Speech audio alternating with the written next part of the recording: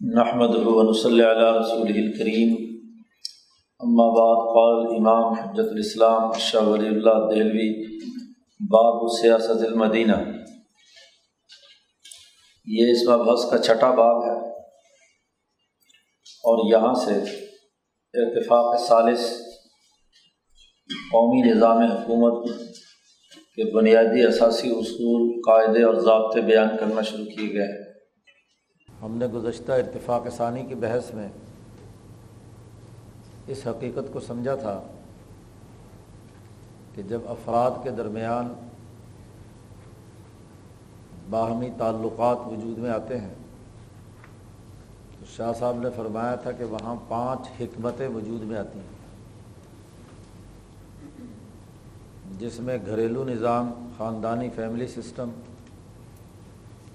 ایسے ہی خرید و فروخت اور لین دین، اشیاء کے تبادلے کا نظام، پھر ان اشیاء کی پیدائش کے حوالے سے پیشوں اور پیدائش دولت سے متعلق امور، جس میں زراعت، صنعت اور تجارت جیسے بنیادی اساسی امور، تعاون باہمی سے متعلق معاہدات۔ تو انسانی تعلقات کی دوسری سطح میں، دوسرے ارتفاق میں باہمی تعلقات کی جماعتیں وجود میں آ جاتی ہیں۔ وہ جماعت خواہ خریدار اور فروخت کنندہ کے درمیان، یا کاشتکار اور کسانوں کے درمیان، یا ایک خاندان کی چھتری تلے ماں باپ اور اولاد اور میاں بیوی کے درمیان، یہ چھوٹی چھوٹی جماعتیں یا انجمنیں وجود میں آ گئیں۔ اور اس سے بڑھ کر پھر تاجروں کی ایک انجمن، کاشتکاروں کی ایک انجمن، دستکاروں کی انجمن، فیملی اور خاندانی، یہ بھی ایک قسم کی سوسائٹی یا تنظیم ہے۔ اب جیسے کسی سوسائٹی میں یہ جماعتیں بڑھتی چلی جاتی ہیں تو اب ضرورت پیش آتی ہے کہ ان جماعتوں کے درمیان جو امتیازات یا ان کے درمیان جو معاملات اور تعلقات ہیں، ان میں اگر کوئی باہمی اختلاف ہو تو اس کو حل کرنے کے لیے ایک بڑی اتھارٹی کی ضرورت ہے، ایک بڑے انتظام کرنے کی ضرورت ہے۔ اسی کے ساتھ اس بات کی بھی ضرورت ہے کہ وہ مجموعی طور پر پوری سوسائٹی کی جتنی بھی سرگرمیاں ہیں انہیں مربوط کیا جائے، وہ سیاسی ہوں، معاشی ہوں، سماجی اور معاشرتی ہوں۔ ہر ایک کے درمیان تمام جماعتوں کے حقوق کے تحفظ کی اساس پر ایک حکومتی نظام وجود میں آنا چاہیے۔ تو شاہ صاحب نے اس حکومتی نظام کی ضرورت اور تقاضے کیا ہیں، شہریت یا تمدن کی حقیقت کیا ہے، ملک کسے کہتے ہیں، اس کی حقیقت اور تعریف اور اس کی اصولی بحث شاہ صاحب نے اس باب میں کی ہے، اور فرمایا کہ یہ ایک قسم کی حیات ترکیبیہ یا حیات اجتماعیہ ہے، اجتماعیت، اور ہر مرکب اور ہر اجتماعیت کی ایک حالت صحت ہوتی ہے اور ایک حالت مرض۔ جب بھی کوئی مرکب وجود میں آئے گا، کوئی حیات اجتماعیہ آئے گی تو وہ یا صالح ہوگی یا طالح، اچھی ہوگی یا بری۔ غلط اور بری کیوں ہو رہی ہے، اس کے اسباب کیا ہیں، اس کے بنیادی امور کون سے ہیں، اور ایک صحت مند حالت میں رکھنے کے لیے اس کے معیارات کیا ہیں، ان دونوں کو زیر بحث لایا جانا ضروری ہے۔ تو شاہ صاحب نے اس باب میں سیاست کی حقیقت، اجتماعیت کے تقاضے، صحیح اور غلط، مرض یا صحت کی حالت کا تحلیل و تجزیہ کر کے اس کے جو اصول دنیا بھر میں انسانی معاشرے میں موجود ہیں انہیں یہاں بیان کیا ہے۔ شاہ صاحب نے پہلے سیاست کی تعریف کی ہے، وَهِيَ الْحِكْمَةُ الْبَاحِثَةُ عَنْ كَيْفِيَّةِ حِفْظِ الرَّبْطِ الْوَاقِعِ بَيْنَ أَهْلِ الْمَدِينَةِ۔ سیاست وہ حکمت عملی یا سائنس ہے جو بحث کرتی ہے ایک شہری سطح پر جو جماعتیں موجود ہیں، ملکی اور قومی سطح پر جو جماعتیں موجود ہیں، ان کے درمیان اجتماعیت کا جو ربط اور تعلق اور رشتہ قائم ہے، ریاستی شناخت، جغرافیائی شناخت، ملکی شناخت کی بنیاد پر، تو اس رشتے کو، اس تعلق کو، اس سے بحث کرنا، اس کی حفاظت کی کیفیت سے بحث کرنا، کیفیتی حفظ الربط الواقع بین اہل المدینہ، شہریوں کے درمیان، اس مملکت میں رہنے والے افراد کے درمیان جو ایک اجتماعی ربط موجود ہے، اس کی حفاظت کیسے ممکن ہے، اس کو زیادہ بہتر سے بہتر کیسے بنایا جا سکتا ہے۔ سیاست کا بنیادی ہدف اپنی جغرافیائی حدود میں رہنے والے تمام لوگوں کے حقوق کے تحفظ، سیاسی، معاشی، سماجی حقوق کے تحفظ کے لیے جدوجہد اور کوشش کرنا ہے۔ کیا وہ ربط، وہ رشتہ جو ایک ملکی سطح پر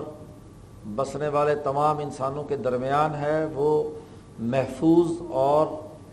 اعلیٰ سطحی بنیاد پر آگے بڑھ رہا ہے، یا اس میں کوئی کمی کوتاہی ہے، اور اگر کہیں کمی کوتاہی ہے تو اسے دور کر کے تمام انسانوں اور جماعتوں کے حقوق کا تحفظ کرنا، یہ سیاست ہے۔ شاہ صاحب نے یہاں اہل المدینہ کا لفظ استعمال کیا تھا، مدینہ والے یعنی شہر والے، ملک والے، تو مدینہ سے کیا مراد ہے؟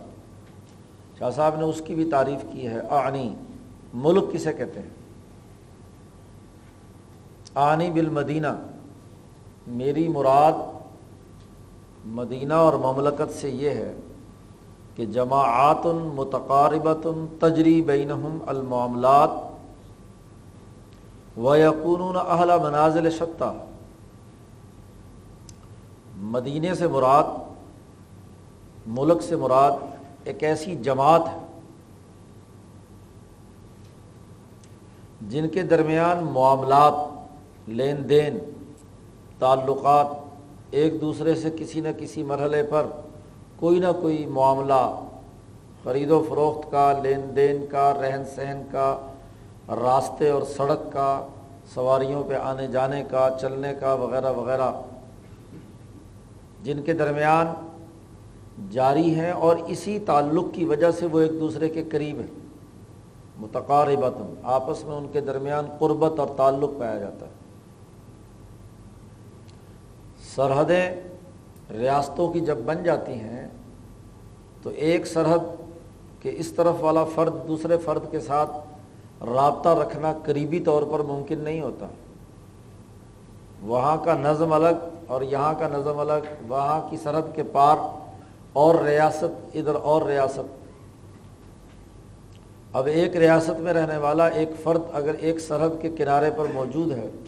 تو وہ اس ملک کی آخری دوسری سرحد تک کے انسان کے ساتھ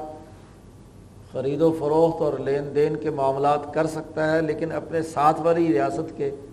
کسی دوسرے فرد اور جماعت کے ساتھ رابطہ کرنے میں اسے مشکلات پیش آئیں گی، کیونکہ وہ حکومتوں کی سطح پر تو ہو سکتا ہے لیکن افراد آپس میں جماعتیں رابطہ نہیں کر سکتی۔ وہ ایسی جماعتیں ہیں جن کے درمیان متقاربہ یعنی قرب نہیں ہے، بلکہ کیا ہے، متباعدہ ہے، وہ ایک دوسرے سے دور ہے۔ تو گویا کہ ایک ریاستی چھتری، ایک ملکی دائرے کے اندر رہنے والی جماعتیں جن کے درمیان معاملات میں قربت پائی جاتی ہو، ایک دوسرے کے ساتھ ہم آہنگی پائی جاتی ہو۔ وَيَكُونُونَ أَهْلَ مَنَازِلِ شَتَّىٰ، اور ان کے گھر الگ الگ ہیں، ان کی فیملیز الگ ہیں، ان کے کاروبار بھی الگ الگ ہیں، تاجروں کا الگ ہے، کاشتکاروں کا الگ ہے، اساتذہ کا الگ ہے، وغیرہ وغیرہ، جتنے پیشے پیچھے بیان کیے گئے ہیں۔ ہر پیشہ ور انجمن یا جماعتیں اپنی اپنی الگ الگ شناخت رکھنے کے باوجود معاملات میں اور لین دین میں انہیں ایک دوسرے سے واسطہ پڑتا رہتا ہے، اس کو کہتے ہیں مملکت یا ریاست۔ یہاں شاہ صاحب نے بڑی اختصار کے ساتھ گفتگو کی ہے حجت اللہ میں، اور البدور البازغہ میں زیادہ تفصیل کے ساتھ شاہ صاحب نے گفتگو کی ہے۔ شاہ صاحب نے کہا کہ جب بدور بازغہ میں یہ بات کہی کہ جب یہ 5 اصول حکمت تعاونیہ، معاشیہ، اقتصابیہ، منزلیہ وغیرہ وغیرہ، جب کسی سوسائٹی میں ارتقاء کا دوسرا مرحلہ یہ مکمل ہو جاتا ہے تو اب ان جماعتوں کے درمیان وجب علیہ التمدن، ان کے لیے یہ تمدنی زندگی یعنی شہری زندگی بسر کرنا ان کے اوپر فرض اور لازم ہے۔ وہاں شاہ صاحب نے یہ جملہ بھی استعمال کیا ہے کہ کسی شہر یا ملک اور ریاست سے مراد یہ نہیں ہے لیست الصور والسوق والعمارات الرفیعہ، بڑی بڑی بلڈنگوں، بازاروں اور محض محلات یا فصیلوں کا نام مملکت نہیں ہے۔ یہ فصیلیں تو ٹوٹتی رہتی ہیں، سرحدیں ختم ہوتی رہتی ہیں، ایک سرحد سے اٹھ کر دوسری طرف چلا گیا بندہ، کبھی کوئی جغرافیائی حدود تھی، کبھی کوئی تھی۔ بلڈنگیں ہیں، آج ہیں، نہیں ہیں، بلڈنگیں عالی شان ہیں لیکن انسان کھوکھلے ہیں وہاں، تو بلڈنگوں کا نام ملک نہیں ہوتا۔ کسے کہتے ہیں ملک؟ شاہ صاحب نے وہاں بڑی تفصیل سے یہ بات کہی کہ انما ہی نوع ارتباط بین جماعات من الانسان، مدینہ ایک خاص قسم کا وہ ربط اور تعلق ہے جو انسانوں کی جماعتوں کے درمیان ہوتا ہے۔ مملکت انسانوں کی اجتماعی ربط سے وجود میں آتی ہے، محض سرحدوں کے تعین کر دینے سے، محض عمارتوں کے بنا لینے سے، بلڈنگیں کھڑی کر لینے کا نام مملکت نہیں ہے۔ ایسے ملک مصنوعی ہوتے ہیں، مصنوعی ممالک وہ ضروری نہیں کہ اس میں بسنے والے تمام لوگوں کے درمیان جو حیات اجتماعیہ یا ایک قسم کا جو ربط اور تعلق ہے وہ بھی درست ہو۔ تو مملکت تو نام اس ربط اور تعلق کا ہے جو انسانوں کی جماعتوں کے درمیان، بین جماعات من الانسان کہا، من المسلمان کی بات نہیں کی، انسانوں کی جماعتوں کے درمیان جو لین دین اور خرید و فروخت اور معاملات۔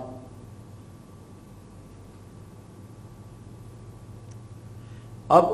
شاہ صاحب نے وہاں یہ بات کہی کہ یہ جو اصولی ارتباط ہے، ربط ہے، جملہ بھی یہ لفظ استعمال کیا ہے، اوجبت حاضر الاصول الارتباط بالضرورہ، یہ جو جماعتوں کے درمیان ربط اور تعلق ہے، اس کے نتیجے میں وہ ربط اور تعلق سارا شخصاً واحداً،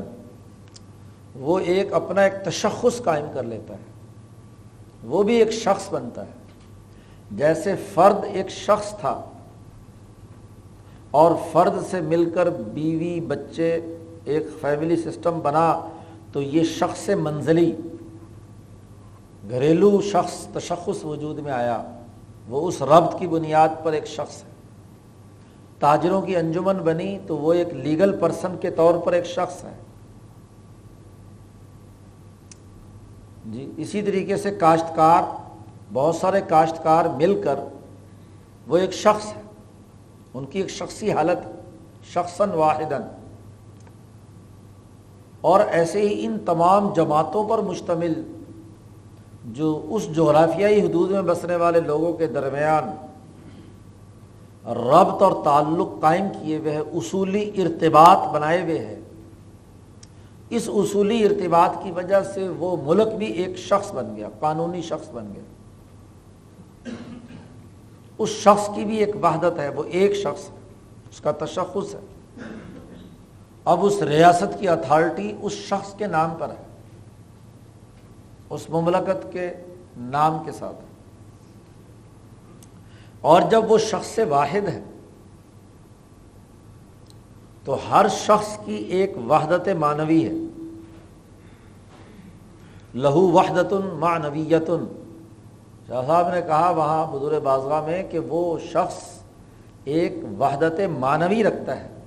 ظاہری وحدت تو نہیں ہے، سارے انسان ایک دوسرے کے ساتھ کوئی کسی چپکے ہوئے تو نہیں ہے کہ وہ مل کر ایک تشخص قائم کیے ہوئے ہوں۔ ان کے درمیان جو باہمی ربط اور تعلق ہے، جس قانونی اور ریاستی ڈھانچے میں انہوں نے رہنے کا فیصلہ کیا ہے، اس اجتماعیت کی بنیاد پر وہ ایک شخص ہے، اور جب یہ شخص ہے تو اس شخص کی ایک وحدت معنوی ہے، اور اس وحدت معنوی کے لیے لازمی ہے وَلَهُ صِحَّةٌ وَمَرْضٌ۔ ہر وحدت کی ایک صحت کی حالت ہوتی ہے اور ایک مرض کی حالت ہوتی ہے۔ اب جیسے انسانی جسم میں بھی دل، گردے، دماغ، اعضاء، ہاتھ، پاؤں، آنکھ، کان، ناک، ان کے اپنے اپنے نظامات ہیں، اور یہ سارے نظامات مل کر ایک پورے شخص اصغر کی ایک وحدت پیدا کرتا ہے۔ یہ آپس میں ایک دوسرے کے ساتھ مل کر کام کرتے ہیں۔ اب اس ربط کی وجہ سے اس شخص کی ایک صحت ہے، ایک وحدت ہے، ایک یونٹی ہے، ایک انسان ہے، اور جب یہ بات ہے تو یقیناً ہر وحدت کے اندر مرض اور صحت کی حالت ضرور ہوگی۔ انسان مریض ہوگا یا صحت مند ہوگا۔ بسا اوقات جسم کے کچھ اعضاء ٹھیک ہیں اور باقی اعضاء میں کوئی خلل واقع ہو گیا، خرابی پیدا ہو گئی، اور اس کی وجہ سے پوری کی پورے تشخص کو تکلیف ہو رہی ہے۔ پاؤں پہ چوٹ لگ گئی، دماغ کو بھی اذیت ہو رہی ہے، پورے جسم کو اذیت ہو رہی ہے۔ وہ جو حضور صلی اللہ علیہ وسلم نے مسلمانوں کی مثال دیتے ہوئے کہا کہ جسد واحد، ایک جسم کی طرح ہے، تو وہ بھی دراصل اسی تشخص کا تذکرہ ہے کہ اگر ایک عضو کو تکلیف ہو تو پورے جسم کو تکلیف ہو رہی ہوتی ہے۔ ایسے ہی جب کسی مملکت کے اندر ایک اجتماعیت قائم ہوتی ہے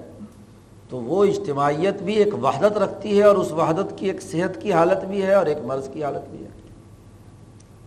پھر وہاں شاہ صاحب نے یہ بات بھی واضح کی کہ یہ صحت اور مرض، اس کے بھی دو بنیادی اسباب ہیں، ہوتے ہیں، یا تو خارجی کوئی سبب ہوتا ہے یا داخلی کوئی سبب ہوتا ہے۔ خارجی یعنی اس دائرہ کار سے باہر کوئی اور انسان اس کو باہر سے تکلیف پہنچا رہا ہے، یا کوئی دوسرا ملک اس ملک کو تکلیف پہنچا رہا ہے، اس پر سامراجیت مسلط کی بھی ہے، اس پر تسلط حاصل کر کے اس کو غلام بنایا ہوا ہے، تو اسباب خارجیہ ہے۔ یا اندرونی طور پر ایسے چور، ڈاکو اور ایسے ظالم لوگ موجود ہیں، جماعتیں موجود ہیں، جس کی وجہ سے اندرونی انتشار کی وجہ سے پورا وحدت اور پوری جو اس کی تشخص ہے وہ خراب ہو رہا ہے۔ جسم کا کوئی داخلی عضو خراب ہے، وہاں کوئی تکلیف اور بیماری پیدا ہوئی ہے کہ جس کی وجہ سے پورے جسم کو تکلیف ہے، یا باہر سے کسی نے اس کو چوٹ لگائی ہے یا نقصان پہنچایا جس کی وجہ سے اس کو اذیت ہو رہی ہے۔ تو مرض بھی خارجی کسی سبب سے یا داخلی کسی سبب سے، اور اسی طرح صحت کا معاملہ بھی کہ داخلی طور پر تمام چیزیں صحت ہیں اور تمام پورا کا پورا نظام صحیح کام کر رہا ہے تو داخلی صحت ہے، اور باہر سے بھی آپ کے تعلقات درست ہیں، کوئی آپ کو نقصان نہیں پہنچا رہا ہے تو صحت کیا ہے، باہر کے حوالے سے بھی ہے۔ اب جب یہ لازمی ہوئی کہ کسی بھی سوسائٹی کا جو تشخص ہے اس کی صحت اور مرض کی حالت ہے، تو جیسے جسم انسانی کے اس مرض کو جو داخلی یا خارجی ہو،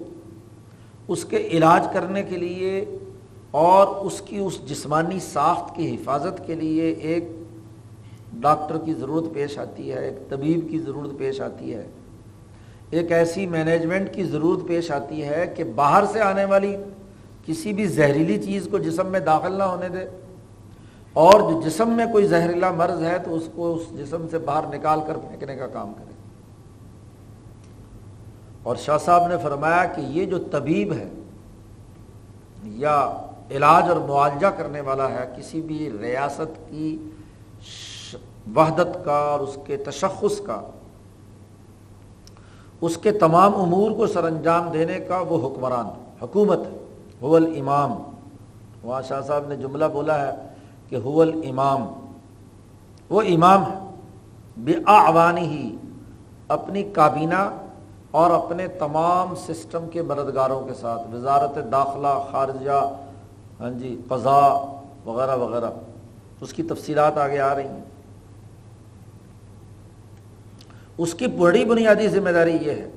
کہ وہ اس ہیئت اجتماعیہ کے اس ربط کی حفاظت کرے، اور اگر کہیں داخلی یا خارجی طور پر خرابی موجود ہے تو اس کا علاج کرے، حکومت کے فرائض اور لوازمات میں سے۔ یہ ارتفاق ثالث کی سطح ہے، تیسری سطح۔ اور وہاں شاہ صاحب نے یہ بھی واضح کر دیا کہ لیس الامام عندنا هو الفرد الواحد الانسانی البتہ، یہ حکومت لازمی اور ضروری نہیں ہے کہ ایک فرد واحد شخصی حکومت کی بنیاد پر قائم ہو، بلکہ ایسا ممکن ہے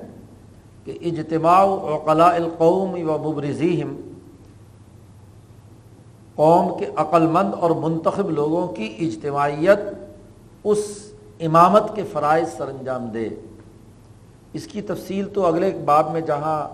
حکمران کے تعین کا تذکرہ ہے وہاں آئے گی، یہاں تو صرف اتنی سی ضمنی بات آ گئی کہ حکومت بنیادی طور پر ذمہ دار ہے حالت صحت کو محفوظ رکھنے کی اور حالت مرض کو ختم کرنے کی۔ تو وہاں تو زیادہ تفصیل کے ساتھ بدور بازگاہ میں بات کی ہے، یہاں شاہ صاحب نے مختصراً 1.5 سطر میں یہی ساری تفصیلی بات ان جملوں میں بیان کر دی۔ شاہ صاحب کہتے ہیں والاصل فی ذالک ان المدینہ شخص واحد من جہت ذالک الربط، اصل بات یہ ہے کہ مملکت بھی ایک شخص واحد ہے اس ہیئت اجتماعیہ اور اس ربط کے پہلو سے، مرکب من اجزاء، وہ ان ارتفاق ثانی کی سطح پر موجود جو جماعتیں ہیں اور اس سے بھی نچلی سطح پر جیسے افراد ہیں ان تمام سے مرکب ہے۔ شروع بحث میں ہم نے پہلے پڑھا تھا اسی ارتفاقات کے پہلے باب میں کہ جیسے عناصر سے مل کر معدنیات وجود میں آئے اور معدنیات سے مل کر نباتات اور نباتات سے آگے حیوانات، تو بالکل اسی طریقے سے انسان جو ہر ایک فرد کی حیثیت سے اپنی شناخت رکھتا ہے، ان کے مجموعے سے جو اگلی اجتماعیت وجود میں آئی وہ جماعتیں ہیں، خاندانی ہوں، کاروباری ہوں، پیشے کے اعتبار سے ہوں، وغیرہ وغیرہ، اور پھر ان کی اجتماعیت سے اگلی تیسری سطح پر ارتفاق ثالث کی سطح پر قومی اور ملکی نظام۔ تو شاہ صاحب نے کہا ہر شخص واحد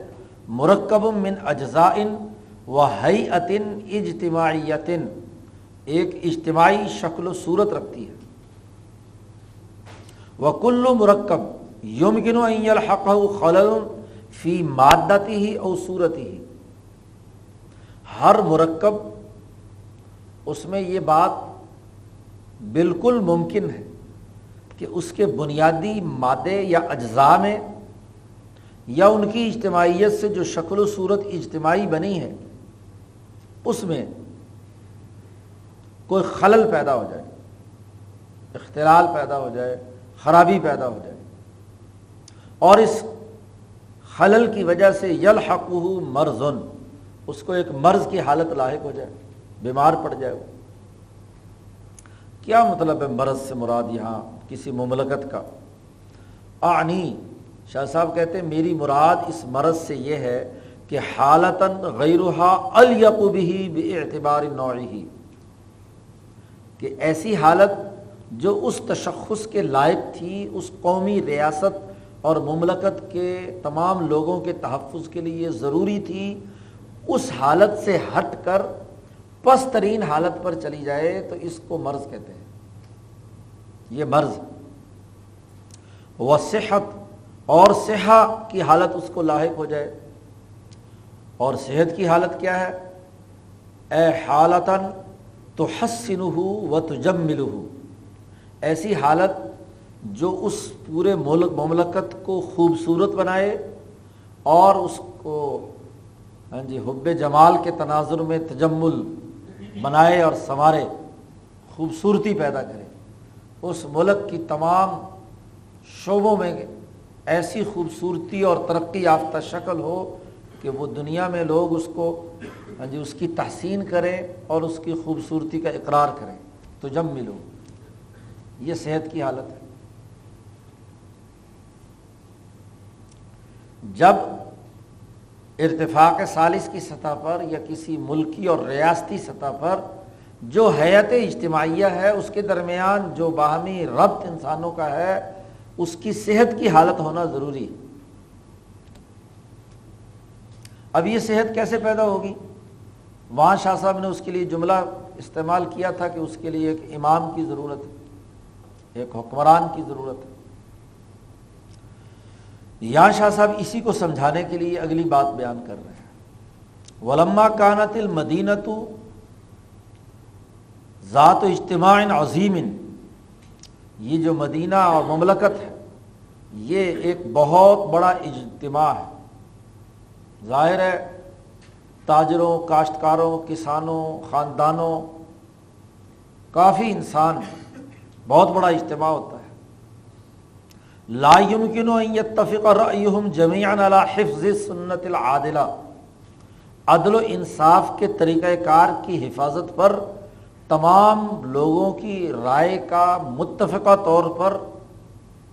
ہونا ممکن نہیں ہے کہ از خود بغیر کسی اتھارٹی کے از خود سب لوگ اپنی اپنی جگہ پر کیا ہے انصاف پسند بن جائے. جیسا کہ آج کل ہمارا مذہبی طبقہ بھی کہتا ہے سب اپنی جگہ نیک ہو جائے تو سب نیک سسٹم ٹھیک ہو جائے گا. شاہ صاحب کہتے ہیں ایسا ممکن نہیں. جب اجتماع بہت بڑا ہو تو اس اجتماع کو کنٹرول کرنے کی کوئی اتھارٹی ہونی چاہیے. ہر آدمی جب ہر آدمی اپنے مفاد کے لیے کام کرے گا تو مفادات میں ٹکراؤ پیدا ہوگا. جب ٹکراؤ پیدا ہوگا تو عدل توازن برقرار رکھنا ممکن نہیں ہے. اور یہ بھی ممکن نہیں ہے وَلَا أَن يُنْكِرَ بَعْضُهُمْ عَلَى بَعْضٍ مِنْ غَيْرِ أَن يَمْتَازَ بِمَنْصَبٍ، اگر کوئی حکومت نہ ہو اور تمام لوگ اپنی اپنی جگہ پر انفرادی طور پر ہوں اور برابر یقیناً برابر کی سطح کے ہوں گے تو کوئی ایک فرد یا ایک جماعت غلط کام کرنے والے کو بغیر کسی اتھارٹی کے کیسے روکے گی؟ وہ اگر روکے گی یا کوئی فرد دوسرے کو جو غلط کام کر رہا ہے اس کو روکے گا وہ گلے پڑے گا کہ تم کون ہو، سب برابر کے درجے کے ہیں، تم اپنا راستہ پکڑو، میں جو کچھ کر رہا ہوں مجھے کرنے دو. تو اتھارٹی کے بغیر، کسی طاقت اور قوت کے بغیر کوئی کسی کو نہ تو روک سکتا ہے اور نہ سب متفق ہو کر اس طرح ہوں ایسے نیک اور بیبے ہوں کہ کوئی کام غلط خلاف عدل نہ کرتے ہوں. تو یہ دونوں باتیں ممکن نہیں ہیں. جب یہ دونوں باتیں ممکن نہیں ہیں اور اس کی وجہ بھی آگے شاہ صاحب نے کہی اس یفضی ذالک الی مقاتلات عریضۃ، اس کے نتیجے میں لڑائیاں نئے درجے کی شروع ہو جائیں گی. کسی سوسائٹی میں حکومت نہیں، اتھارٹی نہیں تو انارکی پیدا ہوتی ہے. ہر فرد یا جماعت دوسرے کو برا بھلا کہہ کر اس کے خلاف کہے گی تم نے غلط کیا، وہ اس سے لڑے گا، اچھا وہ دوسرے سے لڑے گا، آپس میں لڑائیاں شروع ہو جائیں گی. پورا ملک کی جو وحدت ہے وہ ٹوٹ جائے گی. اب جب یہ نہیں ہے تو لم ينتظم امرها الا برجل اصطلح على طاعته جمہور اہل الحل والعقد، تو اس ریاست یا اس شخص کا، اس حیات اجتماعیہ کا نظم و نسق اس وقت تک درست نہیں ہو سکتا جب تک کہ وہ اپنا ایک حکمران نہ بنائے. الا برجل، ایک ایسا آدمی جس کو صدر کہیں، وزیر اعظم کہیں، بادشاہ کہیں، راجا کہیں، مہاراجا کہیں، سماحت الشیخ کہیں، کچھ بھی کہیں، ایک ایسا آدمی جس کی اطاعت کرنے، جس کی فرما برداری کرنے، جس کے حکم کو ماننے کے لیے تیار ہوں، اور یہ ماننا کس بنیاد پر ہے؟ جمہور اہل الحل والعقد یا عقد، تمام جتنے بھی معاہدات اور تمام معاہدات کے مطابق کام کرنے والے جتنے بھی افراد ہیں، ان کے جمہور، وہ جمہور متفق ہوں کہ یہ ہمارا حکمران ہے، اور اس اتفاق کی اس کے علاوہ کوئی شکل نہیں کہ وہ جمہور منتخب کریں گے، انتخاب کے علاوہ اور کوئی شکل نہیں ہے، اور جمہور کی رائے ضروری ہے، اقلیت کی بات نہیں ہے، کوئی ایک فرد یا ایک جماعت، اب جمہور کی رائے معلوم کرنی ہے تو جمہوریت کے بغیر کیا ہے، رائے معلوم نہیں کی جا سکتی۔ اچھا، پھر یہاں ایک بڑا مغالطہ یہ ہمارے مذہبی طبقے کو ہوتا ہے، کیونکہ یہ لفظ جو ہے ساری فقہ کی کتابوں میں استعمال کیا گیا ہے، حل عقد، کہ جتنے بھی ملکی نظم و نسق کے جو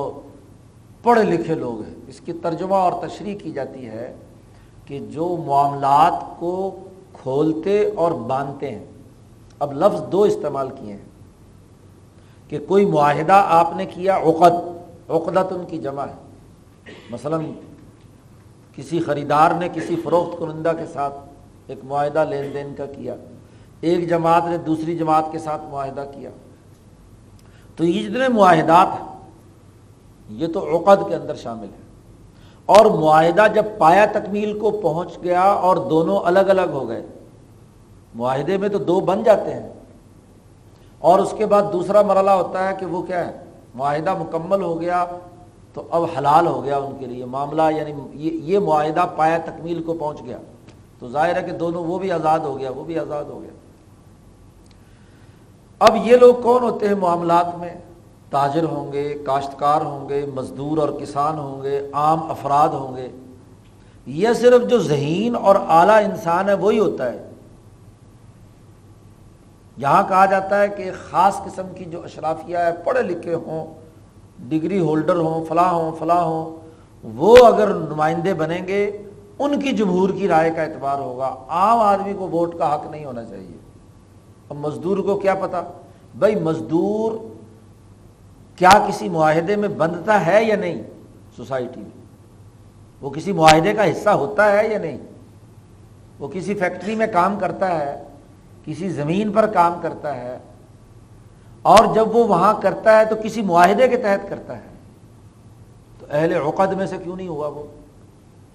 اور اگر اس نے سارا دن مزدوری کرنے کے بعد اپنا پورا کام کیا اور مزدوری اس کو مل گئی اور معاملہ پورا ہو گیا تو اہل حل میں سے بھی ہے وہ،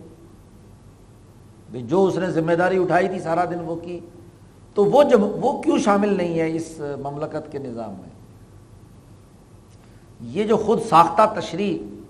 ان لوگوں نے کی ہوئی ہے کہ اس سے مراد صرف جو اوپر کے کریم ہے طبقاتی طور پر سرمایہ دار، جاگیردار یا مذہبی طبقات، ان کا جمہور جو ہے وہ ایک طرف ہونا چاہیے۔ ہاں یہ الگ بات ہے کہ اگر انہوں نے ان میں سے کسی کو منتخب کیا ہے، انتخاب ہوا ہے، اور وہ اوپر ان کے نمائندے ہیں ان کے حقوق کے تحفظ کے لیے، نمائندہ وکیل ہے، اور وکیل کا کام ہے اپنے موکل کی کیا ہے، وکالت کرنا، اس کا قائم مقام ہے، اور ان کا جمہور ایک رائے بناتا ہے، تو اس جمہور کی بنیاد پر کیا ہے، اس حکومت کی اطاعت کی جائے گی، اس حکومت کے سربراہ کی فرمانبرداری کی جائے گی۔ تو جمہور اہل الحل والعقد جو ہے ان کا جمہور کا اتفاق ہو کسی ایک حکمران پر، اور ظاہر ہے کہ وہ سربراہ تو بہرحال ایک ہی بنانا پڑے گا، دو خدا یا دو صدر یا دو وزیر اعظم یا دو اتھارٹیاں وجود میں آئیں گی تو انتشار ہوگا، وحدت اور تشخص برقرار نہیں رہے گا۔ لہو اعوان، اس حکومت کے مددگار ہونے چاہیے۔ اس حکمران کے آگے اعوان کی بات آ رہی ہے، مددگار، معاون یا مشیر، یا آج کل اس کو وزیر کہہ دیتے ہیں۔ تو یہ وزیر اب اس کے وہ اعوان ہونے چاہیے، اور وہ شوکتن، اور اس کے پاس اتھارٹی ہو۔ ایسا حکمران جس کے پاس اتھارٹی نہیں ہے، جس کے پاس اجتماعی طور پر کابینہ لائق فائق نہیں ہے، تو ظاہر ہے کہ وہ نظم و نسق کیا قائم کرے گا۔ شوکت، طاقت اور قوت، اتھارٹی، اور وہ داخلی سیکورٹی فورسز اور جو ملکی دفاع کے لیے عسکری سیکورٹی فورسز ہیں، ان کی بنیاد پر کیا ہے، اس کو شوکت اور طاقت اور قوت حاصل ہوگی۔ یہ سیاست ہے کہ وہ ہیئت اجتماعیہ کا نظم و نسق برقرار رکھنے کے لیے ایک حکمران کی ضرورت ہے، ایک حکومت کی ضرورت ہے۔ حکومت کی ذمہ داری یہ ہے کہ اس جغرافیائی حدود میں بسنے والے تمام انسانوں کی حالت صحت کو برقرار رکھتے ہوئے، پوری سوسائٹی کے لوگوں کی اجتماعیت کو برقرار رکھتے ہوئے کردار ادا کرے۔ شاہ صاحب نے کہا جب ضرورت حکومت کی اس لیے پیش آئی کہ لوگوں میں چونکہ جھگڑے ہوتے ہیں، لڑائیاں ہوتی ہیں، ہر آدمی اپنے مفادات سے چمٹا رہتا ہے، تو اس چمٹنے کی وجہ سے ایک حکومت اور اتھارٹی کی ضرورت ہے تاکہ ان کے درمیان فیصلہ کرے اور صحیح اور غلط میں تمیز پیدا کر کے ریاست کی ریاستی حیثیت کو بحال رکھے۔ تو شاہ صاحب نے کہا جو قوم جتنی زیادہ بخیل اور جتنی زیادہ لڑاکو اور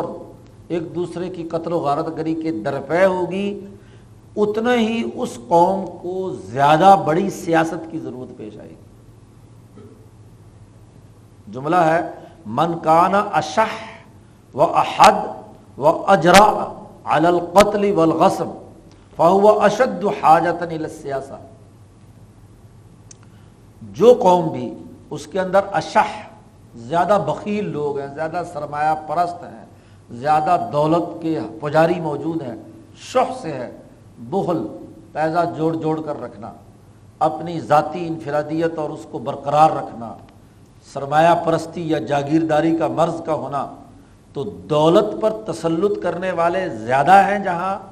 اشح، اور احد جو زیادہ تیز مزاج کے ہیں، تیز دھار ہیں، دوسرے لوگوں کو برداشت کرنے کے لیے تیار نہیں ہیں، غریبوں کو حیثیت دینے کے لیے تیار نہیں ہے، اس ریاست میں رہنے والی دوسری جماعتوں کے لیے بجائے نرم مزاج ہونے کے زیادہ تیز اور سختی اور تشدد کی سوچ رکھنے والے ہیں۔ اور اگلی تیسری بات کہی وَأَجْرَأَ عَلَى الْقَتْلِ وَالْغَصَبِ،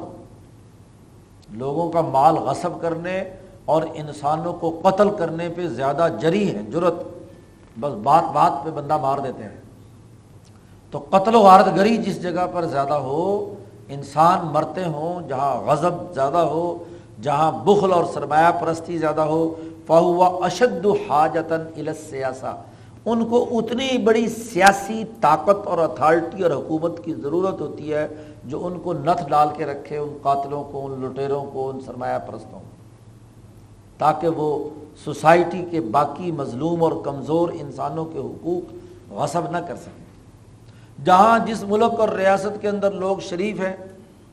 کوئی کسی کو کچھ نہیں کہتا، اپنے کام سے کام رکھتے ہیں اور حقوق کا لحاظ رکھتے ہیں، روایات ان کے اندر آ گئی ہیں، تو وہاں سیاست نہ بھی ہو، حکومت کا ڈسپلن سخت نہ بھی ہو، تب بھی کیا کام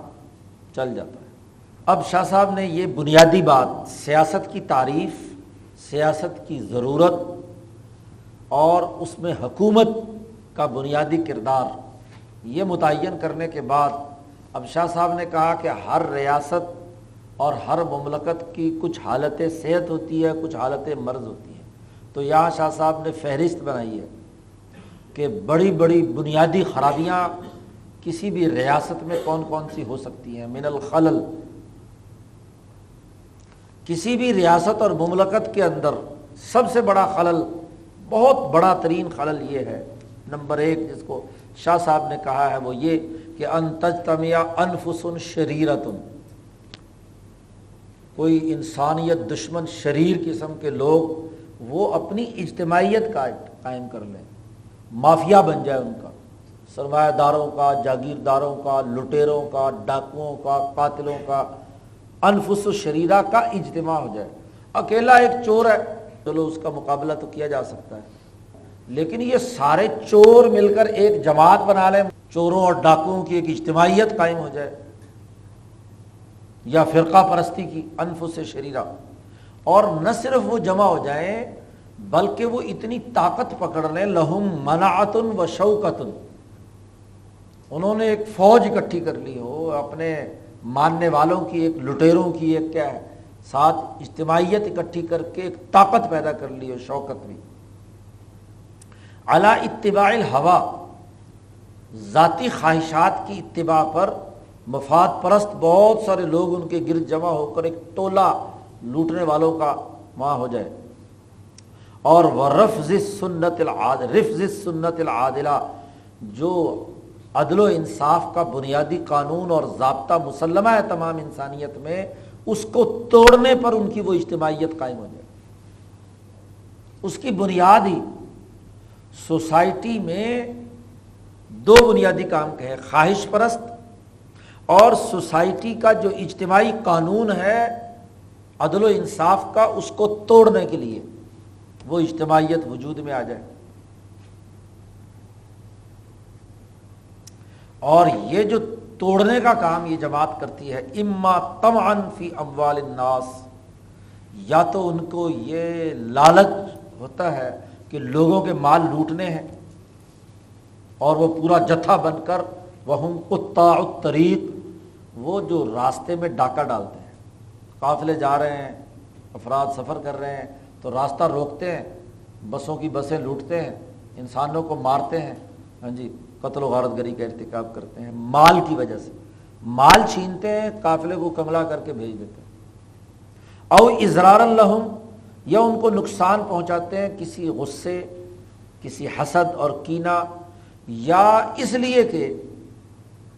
وہ پورے ملک اور ریاست پر قبضہ کرنا چاہتے ہیں، رغبتاً فی الملک،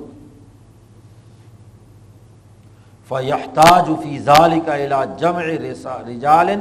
وَنَصْبِ قِتَالٍ۔ ایسی اجتماعیت کسی سوسائٹی میں پیدا ہو جائے چوروں، ڈاکوؤں، قاتلوں، لٹیروں کی، تو پھر اس کا مقابلے کے لیے حکومت کو کیا کرنا پڑتا ہے؟ زیادہ فورسز اکٹھی کرنی پڑتی ہیں، اور اس کا مقابلہ اور قتال کرنے کے لیے ضرورت پیش آتی ہے کہ ان چوروں ڈاکوؤں کو کیا ہے ختم کیا جائے۔ ایسی جماعتیں وجود میں آ جائیں،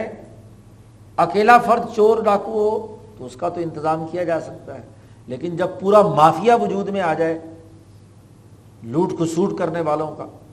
اور پرانے زمانے میں تو یہ لوٹ کھسوٹ یہی تھا کہ وہ سارے اکٹھا چور مل کر ہاں جی کہیں نقب لگانے کے لیے، کسی راستے کو لوٹنے کے لیے، کسی شہر میں ہاں جی مفادات اٹھانے کے لیے کام کرتے تھے۔ اور اب تو نئے طریقے، بظاہر بڑا خوشنما نام ہوگا لیکن پیچھے انگریز کا وہ شیطانی کام ہوگا جو پوری سوسائٹی کے اندر کیا ہے دو کام کرے گا، علی اتباع الہوا، ذاتی خواہشات کے مطابق فیصلے، اور جو دنیا میں قوموں کی ترقی کا عدل و انصاف کا طریقہ کار ہے اسے توڑنا، اس کا رفض۔ نمبر ایک، یہ کسی سوسائٹی کے لیے سب سے زیادہ تباہ کن ہے کہ ایسی جماعتیں وجود میں آ جائیں، پارٹیاں بن جائیں جو یہ حرکت کریں، مال لوٹیں یا انسانی جانوں کو نقصان پہنچائیں۔ نمبر دو، اجتماعیت سب سے بڑا خلل ہے، غلط پارٹی کا وجود میں آنا۔ قرآن نے جو بات کہی ہے ایک سچی جماعت کے لیے کہ وہ جماعت صرف معتبر ہے جی جس کا نجوہ یعنی جس کی مشاورت الا من صدقۃ او معروف او اصلاح بین الناس، انسانوں پہ مال خرچ کرنے یعنی صدقہ، لوگوں کو اچھی اور انسان دوست گفتگو کرنے جی، اور یا لوگوں کے جھگڑے نمٹا کر ان کے درمیان صلح صفائی پیدا کرنے کا کام کرے، وہ جماعت درست ہے بس۔ اور جس میں یہ تینوں میں سے ایک بھی بات نہ پائی جائے اور اس کی تینوں کی ضد ہو، وہ اتنی بڑی پکی بدماش جماعت ہے، وہ حزب الشیطان اس کا نام۔ تو غلط پارٹی کا وجود میں آ جانا کسی بھی ریاست اور سوسائٹی میں، اور وہ بھی حکمرانی کی رغبت رکھ کے حکمران بننا چاہتی ہے، نام نہاد جمہوریت یا انتخاب کے نام پر یا کسی اور طاقت کے بل بوتے پر. یہ پوری کی پوری طاقت کو جو سوسائٹی کی خرابی کو پیدا کرنے کے لیے ہے، یہ سب سے پہلا بڑا مرض ہے. وَمِنْهُ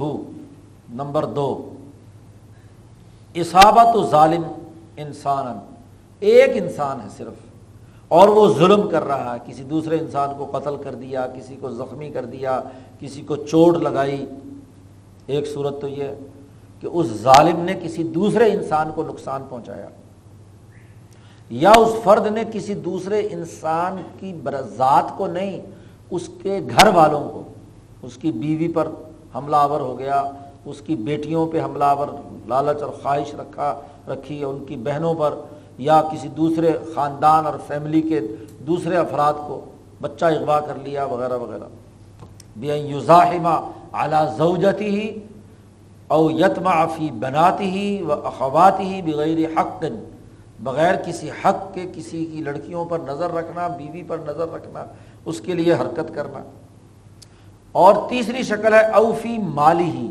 ایسا ظالم جو لوگوں کا مال لوٹتا ہے دھوکے سے، جہرتاً براہ راست دن دہاڑے ڈاکہ ڈالتا ہے، او سرقتن یا خفیہ طور پر نقب لگا کر چوری کر کے لے جاتا ہے، او فی عرضہ من نسبتہ الی امر قبیح یلام بہ، یا کسی دوسرے انسان کی عزت سے کھیلتا ہے، جھوٹا پروپیگنڈا کر دیا، تہمت لگا دی، ایسی کوئی قبیح بات اس کی طرف منسوب کر دی کہ جس کی بنیاد پر لوگ اس سے نفرت کریں یا ملامت کریں، حالانکہ اس میں وہ مرض، وہ بات موجود نہیں ہے. تو کسی کی عزت سے کھیلنا یہ بھی کسی سوسائٹی کی سب سے بڑی خرابی ہے. اور یہ عزت سے کھیلنے کا کام ماشاءاللہ پہلے تو ایک آدمی اکیلا ہوتا تھا، کوئی ایک صحافی ہوتا تھا، اب صحافیوں کا پورا ٹولہ اور پوری کی پوری اجتماعیت ہے جو پگڑیاں اچھالتے ہیں لوگ بلیک میلنگ کرنے کی. او اغلاظ القول علیہ، یا وہ ایسا ظالم ہے کہ کسی دوسرے کے اوپر بات چیت اور ڈانٹ ڈپٹ کے اندر سختی کر کے دوسرے کے اوپر زیادتی اور ظلم کرتا ہے. پہلے خرابی کہ کوئی مافیا بن گیا جو خرابی پیدا کر رہا ہے، اور دوسری خرابی کوئی ایک فرد یہ حرکت کرتا ہے. نمبر 3 اعمال ضارۃ بالمدینۃ ضررا، کسی ملک اور ریاست کے اندر ایسے اعمال کرنا جو مخفی طور پر انسانوں کو نقصان پہنچانے والے ہوں، شہری نظام کے خلاف اقدامات کرنا، جیسا کہ قدیم زمانے میں بہت تھا اور اب بھی یہ کالے علم والے، جیسے شاہ صاحب نے یہاں مثال دی، کالسحر، کوئی جادو کر رہا ہے کسی دوسرے کے اوپر، یا پانی کے اندر کنویں میں لوگ زہر ڈال دیتے تھے، کسی کو نقصان پہنچانے کے لیے اس کو پانی پلایا، کھانا کھلایا، اس میں زہر ڈال دیا. او وتعلیم الناس الفساد، یا لوگوں کو فتنہ اور فساد کی وہ تعلیم دیتا ہے، بھڑکاتا ہے لوگوں کو کہ فساد مچاؤ، وہ فلانی بستی میں آگ لگا دو، ہاں جی فلانی جگہ پر جلوس نکال کر تباہ و برباد کر دو. وتخبیب الرعیہ علی الملک، اور ایک صحیح اور عدل و انصاف پر ملک کا نظام چلانے والا حکمران موجود ہے، رعایا کو اس کے خلاف ابھارنا، عوام کو اس کے خلاف ابھارنا، یہ بھی اس ریاست کی تباہی اور بربادی ہے. اس کے ذیل میں مولانا سندھی نے حاشیہ لکھا ہے. مولانا سندھی کہتے ہیں کہ اگر حکمران ظالم ہو تو پھر عوام کو اس کے خلاف ابھارنا یہ سوسائٹی کا مرض نہیں ہے، یہ حالت صحت کو برقرار رکھنا ہے. والعبد علی مولاہ، کسی کے ملازم کو اس کے مالک کے خلاف بھڑکانا، ادھر کی ادھر لگا کر اس کو اس کے خلاف کر دینا، یا کسی کی بیوی کو بھڑکا کر اس کے خامند کے خلاف کر دینا. عورتوں میں خاص طور پر یہ مرض ہوتا ہے، ادھر کی ادھر کی لگو کر بیوی کو بھڑکا دیتے ہیں کہ تیرا شوہر جو ہے اتنے پیسے تجھے نہیں دیتا اور یوں کرتا ہے وہ کرتا ہے. تو یہ بھی کیا ہے؟ سوسائٹی کے اندر فساد پیدا کرنے کے امور ہیں. نمبر 4 وَمِنْهُ عَادَاتٌ فَاسِدَةٌ، دوسرے کو تو نہیں، براہ راست کسی قتل و غارت گری یا لوٹ مار میں تو نہیں، لیکن غلط عادتوں کا خود کیا ہے؟ نمائندہ بن چکا، عادات فاسدہ اس کے اندر پیدا ہو گئی. مثلا وہ جو ارتفاقات واجبہ اور لازمی تھے ان کو اس نے نظر انداز کر دیا، وہ سوسائٹی کے حقوق کا لحاظ کیے بغیر غلط عادتوں کے اندر مبتلا ہو گیا۔ شاہ صاحب نے مثال دی جیسے کل لواطتی، جیسے لڑکوں کے ساتھ جنسی تعلق قائم کرنا، یا آگے مثال دی والسحاقتی، یا ہم جنس پرستی۔ جی یہ بھی کیا ہے؟ سوسائٹی میں غلط عادت ہے۔ ٹھیک ہے وہ کہے جی میرا انفرادی معاملہ ہے، لیکن یہ عادت وہ ہے جو ارتفاقات واجبہ کو تباہ و برباد، نسل کشی کا سبب بن رہی ہے۔ وَإِتْيَانِ الْبَهَائِمِ، ایسا جنسی اور ذہنی مریض ہے کہ جانوروں کو بھی نہیں چھوڑتا، ان کے ساتھ جنسی تعلق قائم کرنا چاہتا ہے۔ فَإِنَّهَا تَصُدُّ عَنِ النِّكَاحِ، کیونکہ یہ بنیادی جتنی تینوں حرکتیں ہیں، یہ جو صحیح طریقہ معاہدہ نکاح ہے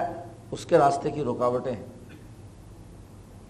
او انسلاخ علی الفطرۃ السلیمہ، اور فطرت سلیم کے دائرے سے، انسانیت کی بنیادی فطرت کے دائرے سے نکلنا ہے۔ یہ بھی کیا غلط عادت ہے۔ مرد ہے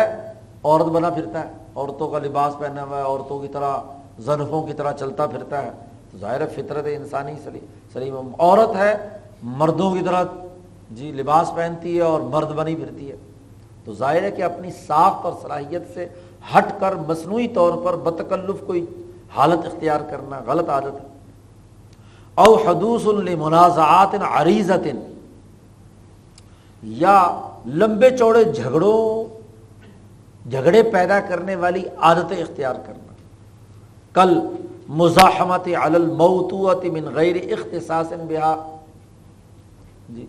کوئی عورت آپ کے ساتھ معاہدہ نکاح سے وابستہ نہیں ہے، کسی دوسرے کی بیوی اور وہاں تعلقات آپ یارانے لگاتے ہیں، تو یہ بھی غلط عادت ہے۔ ایسے کا ادمان الخمر، یا شراب کے نشے میں ہر وقت دھت رہتا ہے۔ دنیا کے کوئی معاشرہ یہ نہیں کہتا کہ 24 گھنٹے کوئی آدمی شراب کے نشے میں دھت رہے۔ جہاں جن معاشروں میں شراب پی بھی جاتی ہے تو اس کے بھی کچھ قاعدے اور ضابطے اور طور طریقے ہیں کہ کم از کم جو کام کے اوقات ہیں ان کے اندر ہوش و حواس اس کا برقرار رہنا چاہیے۔ اگر کسی ملک کا صدر اور وزیر اعظم یا وہاں کے کام کرنے والے لوگ 24 گھنٹے نشے میں دھت رہے ہیں تو وہ ملک کی نظام یا باقی امور کیسے سر انجام دیں گے؟ تو یہ غلط عادت ہے۔ ایسے ہی سوسائٹی کی خرابی کے لیے ایک اور معاشی معاملات کے اندر خرابی اور نقصان پہنچانا، لین دین میں۔ شاہ صاحب نے 5ویں بنیادی بات کہی، وَمِنْهُ معاملات ضارۃ بالمدینہ، مملکت کو نقصان پہنچانے والے معاشی معاملات اختیار کرنا، جیسے جوا۔ اب بغیر کسی محنت کے محض اٹکل سے، اندازے سے آپ نے دوسرے کا مال بغیر کسی عوض دیے ہوئے جوئے سے لے لیا، یا سود، دگنا اور تگنا سود کا استعمال کرنا، رشوت بغیر کسی اس کے آپ نے کسی دوسرے کو نقصان پہنچانے کے لیے رشوت شروع کر دی۔ وَتَطْفِيفِ الْكَيْلِ وَالْوَزْنِ، جو لین دین میں جو مال آپ بیچ رہے ہیں اس میں ناپ تول میں کمی کرنا۔ وَالتَّدْلِيسِ فِي السَّلْعِ، جو سودا بیچ رہے ہیں اس کے اندر آپ نے اچھے اور برے کو مکس کر کے نظروں سے چھپا دیا کہ اندر اس کے اندر کیا عیب ہے، کیا خرابی ہے۔ کپڑا بیچا، اس کے اندر سے کیا ہے، کٹا ہوا کپڑا تھا، اوپر سے لپیٹ کر آپ نے بیچ دیا، وغیرہ وغیرہ، اس کو تدلیس کہتے ہیں۔ وَتَلَقِّ الْجَلَبِ، مکمل مارکیٹ کے اندر جو سودا ہوتا ہے، ٹوٹل کمپٹیشن جسے کہتے ہیں، وہ تو درست ہے، لیکن ہوتا کیا تھا پرانے زمانے میں بھی اور آج کل بھی یہی ہے کہ کوئی قافلہ دور سے مال لے کر آ رہا ہے تو وہ جو چلاک قسم کے شہر کے لوگ ہوتے تھے وہ راستے میں ہی اس قافلے کو پکڑ لیتے تھے۔ اب اسے شہر کے ریٹ کا نہیں پتا قافلے والوں کو کہ شہر میں اس چیز کا کیا ریٹ ہے، وہیں بھاؤ تاؤ کر کے وہاں سے اونے پونے داموں میں ان سے وہ دیہاتیوں کاشتکاروں سے مال خرید لیتے تھے اور یہاں آ کر مہنگے داموں بیچتے تھے۔ اس کو کہتے ہیں تلقی رکبان بھی کہتے ہیں، تلقی جلب بھی کہتے ہیں۔ حدیث موجود ہے اس کے لیے، نبی اکرم صلی اللہ علیہ وسلم نے نہا عن تلقی الرکبان، قافلوں کو درمیان میں سے لے لینا مہنگے داموں بیچنے کے لیے، اس سے نبی اکرم صلی اللہ علیہ وسلم نے منع فرمایا۔ یہ تدلیس والا جو ہے اس پر بھی لعنت بھیجی ہے حضور نے جو پیچھے گزرا تھا۔ یہ وزن میں کمی زیادتی اس کے بارے میں قرآن کی آیت ویل للمطففین پوری صورت نازل کی ہے. یا اسی طریقے سے بل احتکار، سوسائٹی کے اندر جتنی اجناس ہیں ان کی ذخیرہ اندوزی کرنا، اس لیے کہ اس کو آگے چل کر مہنگے داموں میں فروخت کرنا ہے، تو ذخیرہ اندوزی احتکار، تو نبی اکرم صلی اللہ علیہ وسلم نے لعنت فرمائی. ہاں جی، نہا عن الاحتکار، بخاری مسلم کی حدیثیں موجود ہیں. ایسے ہی وہ نجش، ایک اور بنیادی خرابی ہاں جی نجش کی بھی تھی ان کی سوسائٹی کے اندر، دھوکہ دہی، فراڈ، ملا دینا، مکسنگ کرنا چیزوں کے درمیان،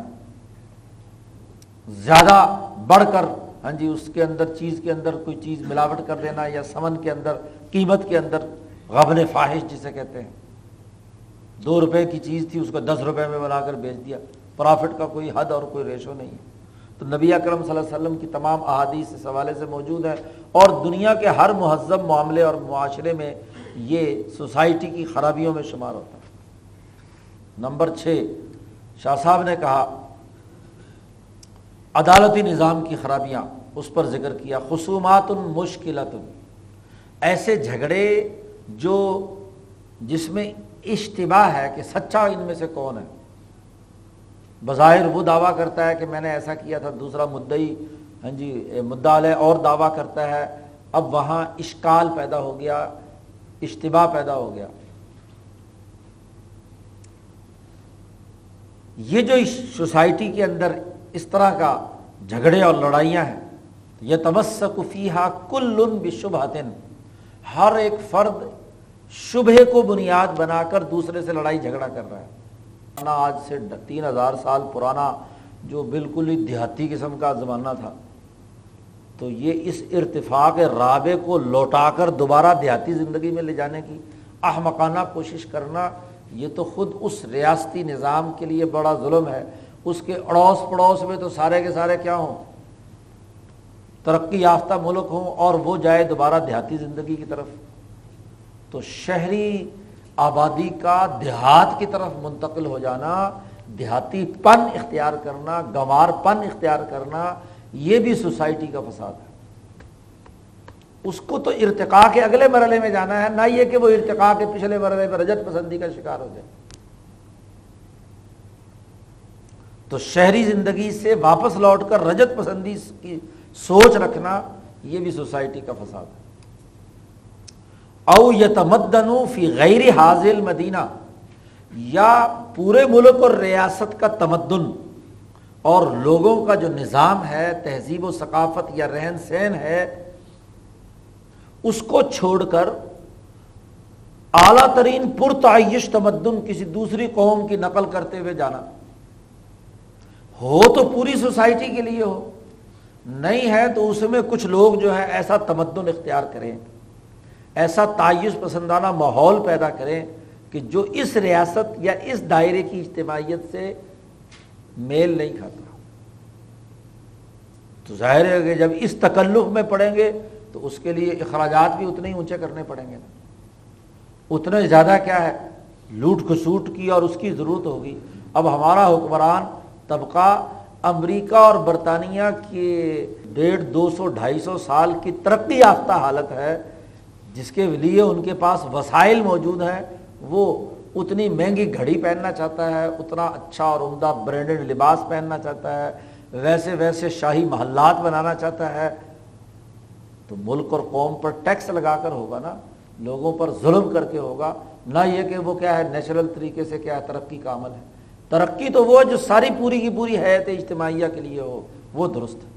تو یا رفاہیت بالغہ اس کو شاہ صاحب نے کہا، اور یا رفاہیت ابتدائیہ کہا، دونوں کی غلط ہے. بلکہ جو سوسائٹی وہاں موجود ہے اس کا تمدن رفاہیت متوسطہ کی بنیاد پر قائم ہو تو سوسائٹی ترقی کرتی ہے. او یکون توزعهم، ایک خرابی ہے. دوسری خرابی یہ ہے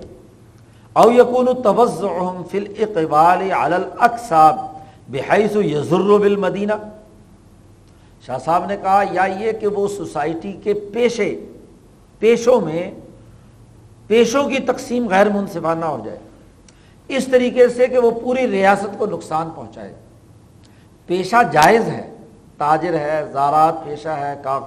کاشتکار ہے، صنعت کار ہے وغیرہ وغیرہ، لیکن اس میں تناسب بگڑ جائے، تناسب بگڑے گے تو اس کے نتیجے میں پوری ریاست کا اندر فساد اور خرابی پیدا ہوگی۔ مثلا شاہ صاحب نے مثال دی اس کی کہ اگر پورے ملک کے اکثر لوگ تاجر بن جائیں جی، اور خاص طور پر چونکہ ہندوستان کے تناظر میں ہندوستان جیسے ملکوں کی بات کی کہ جو زرعی ملک ہے، لوگ زراعت اور کاشتکاری چھوڑ دیں کہ جی یہ بڑی فٹیک کا کام ہے، ہل چلانا پڑتا ہے، مٹی ہونا پڑتا ہے، ہاں جی صاف ستھرا کام یہ ہے کہ بس تاجر بن کر وہاں سے مال خریدو، وہاں سیٹ خوبصورت سی سیٹ پر بیٹھ جاؤ۔ یا شاہ صاحب آگے جا کر ایک اور مثال دیتے ہیں کہ بجائے کوئی تخلیقی کام کرنے کے وہ محض انتظامی افسر اور حکومتی افسر بننا چاہتا ہے، اور ساری اکثریت بھیڑ بکریوں کی طرح ادھر ہی جا رہی ہے۔ بھائی انتظامیہ کے لیے تو تھوڑے سے افراد چاہیے، اور کاشتکاروں یا تخلیقی صلاحیت کے مقابلے میں محض تجارت میں شے میں تو کوئی تبدیلی یا افادیت اس حوالے سے پیدا نہیں ہوتی کہ کوئی تخلیقی عمل ہوا ہے، زیادہ سے زیادہ ایک جگہ سے اٹھا کر دوسری جگہ لے جانے والی افادیت تو پیدا ہوئی جس کو افادہ مقام آپ کہتے ہیں، لیکن وہ را میٹیریل سے کوئی تخلیقی کام نہیں ہوا۔ تو اگر اکثریت ایسے صاف ستھرے کام کرنے لگ جائے اور سارے ادھر ہی متوجہ ہو جائیں، اور جو زراعت ہے وَيَدَعُوا الزَّرَاعَ، اور زراعت کو چھوڑ دیں، تخلیقی پیشے چھوڑ دیں۔ یا ایک اور مثال دی شاہ صاحب نے، او یتکسب اکثرهم بالغزو ونحوه، کہ اکثریت فوجی بننا چاہیں جی، عسکری فوج میں بھرتی ہو جاؤ، اور وہاں چونکہ صرف جی سرحدوں کی حفاظت کر رہے ہیں، سیکورٹی فورسز تھوڑی چاہیے، انتظامیہ بیوروکریسی تھوڑی سی چاہیے، لیکن سارے اس کے اندر گھسنا شروع ہو جائیں، اور گھسنے کے بعد اب اس بیوروکریسی کو کھپانا ہے تو نئے نئے ڈویژن بناؤ، نئے نئے شعبے بناؤ، نئے نئے ادارے بناؤ، تاکہ ان تمام بھتیجوں بھانجوں کو کیا ہے اس کے اندر بھرتی کر دیا جائے۔ شاہ صاحب کہتے ہیں اصول یاد رکھ لو، اور خاص طور پر ہندوستان کے اس زمانے کے تناظر میں شاہ صاحب کہہ رہے ہیں یہ اصول، انما ینبغی، کسی ریاست کے لیے مناسب یہ ہے کہ وہاں کاشتکار کھانے کی مقدار میں ہوں بمنزلۃ الطعام، اور یہ دستکار اور تاجر اور سیکورٹی فورسز اس کھانے میں نمک کے برابر ہوں، بمنزلۃ الملح المصطلح لہ، ایسا نمک جو اس کھانے کے اندر ذائقہ پیدا کرتا ہے، اس کی اصلاح کرتا ہے۔ تو آٹے میں نمک کے برابر ہوں انتظامیہ کے لوگ، اور اس میں ہاں جی یہ تجارت پیشہ لوگ۔ اب معاملہ الٹا ہے، اور عجیب بات ہے کہ پیشوں سے وہ کماتا ہے جو اس طرح کے پیشے اختیار کرتا ہے۔ ایک تاجر زیادہ کماتا ہے ایک کاشتکار کے مقابلے میں۔ 6 مہینے جس نے مصیبت برداشت کر کے گندم، کپاس، چاول وغیرہ وغیرہ اگائے، اس کو وہ پرافٹ نہیں ملتا جو ایک میڈل مین کو، کمیشن ایجنٹ کو اور ایک تاجر کو اس سے کیا مل جاتا ہے۔ تو یہ بھی فساد ہے۔ شاہ صاحب نے کہا یہ بھی کسی سوسائٹی کا سب سے بڑا فساد ہے کہ کھانے والے زیادہ ہوں اور کام کرنے والے حرامی پہ اترے ہیں۔ 8ویں خرابی، کسی سوسائٹی کے اندر ہاں جی نقصان پہنچانے والے درندے پھیل جائیں، جنگلوں کے قریب قریب جو رہنے والے ہیں وہاں بھیڑیا آئے اور انسانوں کو نقصان، شیر آئے اور لوگوں کو ہڑپ کر جائے، اور اگر جنگل سے نہ آئے تو خود گھڑ لیں، خود جنگل شیر بن جائیں، تو کوئی درندے قسم کے لوگ، درندے لوگ مسلط ہو جائیں، یا الحوام الموذیہ، کوئی ڈینگی وائرس آ جائے، ہاں جی مچھر یا کیڑے مکوڑے جو نقصان پہنچانے والے ہیں، تو اب ایسے ہی حالت کے اندر لازمی اور ضروری ہے اس مملکت اور ریاست کو درست کرنے کے لیے کہ یجب السعی فی افنائها، ایسے شیروں کو کیا ہے سوسائٹی سے نکال کر باہر پھینکا جائے، اور ایسے ڈینگی برادران کو باہر پھینکا جائے۔ یہاں تک 8 بنیادی امور شاہ صاحب نے نشاندہی کی ہے کسی مملکت اور ریاست میں خرابی پیدا کرنے، اور آگے اب شاہ صاحب سوسائٹی میں اصلاح اور درستگی اور حالت صحت برقرار رکھنے کی بھی ایک فہرست بیان کر رہے ہیں مختصر سی۔ شاہ صاحب کہتے ہیں وَمِن بَابِ کمال الحفظ، سب سے پہلی بنیادی بات کہ کسی مملکت کی حفاظت کے کمالات میں سے عمدہ باتوں میں سے یہ ہے کہ نمبر 1 بناء الابنیہ التی یشترکون فی الانتفاع بہا، ایسے پبلک عمارتیں جس کا فائدہ پوری انسانیت کو ہو، وہ عمارتیں بنانا، بناء الابنیہ، بلڈنگیں بنانا جو پبلک کے لیے فائدہ مند ہو، اپنی نہیں، ذاتی محلات نہیں، ایسی عمارتیں جو پبلک کے لیے استعمال میں ہوتی، عام انسانوں کے لیے، جیسے کل اسوار شہر ہے تو پرانے زمانے میں اس کی حفاظت کے لیے فصیل بنائی جاتی تھی، یا ربط، یا پورے ملک کی حفاظت کے لیے سرحدی چوکیاں بنانا، سرائے بنانا، والحصون، قلعے بنانا ملک کے تحفظ کے لیے، والثغور، جو چوکی سرحدوں کے اوپر چوکی ہے، اس ربط، رباط سرائے کے معنی میں بھی استعمال ہوتا ہے، اور جو راستے کے اندر سیکورٹی کے لیے بنائی جاتی ہیں پولیس چوکیاں، ان کو بھی ربط کہا جاتا ہے، رباط کہا جاتا ہے، اور ثغور جو خاص سرحد کے اوپر تحفظ کے لیے تھوڑے تھوڑے فاصلے پر بنائی جاتی ہیں، ان کو ثغور کہا جاتا ہے۔ ایسے ہی شہروں کے اندر بازار تعمیر کرنا، مارکیٹیں بنانا، ایسے ہی والقناطر، راستے اور فاصلے کم کرنے کے لیے پل بنانا، سڑکیں بنانا وغیرہ وغیرہ، یہ تمام وہ ہیں جو پوری ریاست کے تمام لوگوں کے لیے فائدہ مند ہیں اور ان کے اصلاح کے لیے ہیں۔ اس لیے سب سے پہلے تو حکومت کی بنیادی ذمہ داری یہ ایسی اجتماعی بلڈنگیں جو اجتماع کے فائدے کے لیے، کمیشن کھانے کے لیے نہیں، ذاتی مفادات کے لیے نہیں۔ نمبر 2 وَمِنْهُ حفر الآبار و استنباط العیون، پانی کا نظم و نسق قائم کرنا، کنویں کھودنا، چشمے تلاش کرنا، ایسے ہی جہاز سازی کے لیے دریاؤں کے اندر کشتیاں چلانا، بار برداری کے سامان کے لیے، اس پرانے زمانے میں بھاری سامانوں کے لیے کشتیاں ہی استعمال ہوتی تھی، کہ وہ دریاؤں کے کنارے کنارے کیا ہے، جتنے بھی یہ سفر حج بزرگوں کے ہوئے ہیں، وہ کوئی دریائے راوی کے ساتھ ساتھ سمندر تک پہنچا ہے، اور کوئی دوسرے دریا ستلج کے ساتھ ساتھ وہاں پہنچا ہے، اور پھر ہر جگہ پر بندرگاہ بنانا، ان کے لیے کیا ہے، کشتیوں کی حفاظت اور ان کا پورا نظام بنانا وغیرہ وغیرہ، مواصلاتی نظام۔ اسی طریقے سے تیسری بات شاہ صاحب نے کہی، حمل التجار علی المیرا بتانیسہم و تالیفہم، تاجروں کو ابھارنا کہ وہ زیادہ سے زیادہ غذائیں اس کی حفاظت اور اس کے تحفظ کے لیے کردار ادا کریں، تاکہ بوقت ضرورت غلہ استعمال کیا جا سکے، اس کی کمی نہ ہونے پائے۔ تاجروں کی بنیادی ذمہ داری لگائی جائے، ان کے ساتھ ان کو سہولتیں دی جائیں، ان کو کیا ہے، ان کے دل کو نرم کیا جائے، ان کے ساتھ حکومت تعلقات بنا کر اس غلے کی حفاظت کا نظام بنائے۔ اور وتوصیۃ اہل البلد ان یحسن المعاملہ مع الغرباء، اور شہریوں کو یہ وصیت اور یہ ہدایت دی جائے کہ جو اجنبی تاجر دوسرے ملکوں سے غذائی چیزیں اور باقی سامان لے کر آتے ہیں تو ان کے ساتھ اچھا سلوک کریں۔ ظاہر ہے کہ وہ اجنبی ہیں،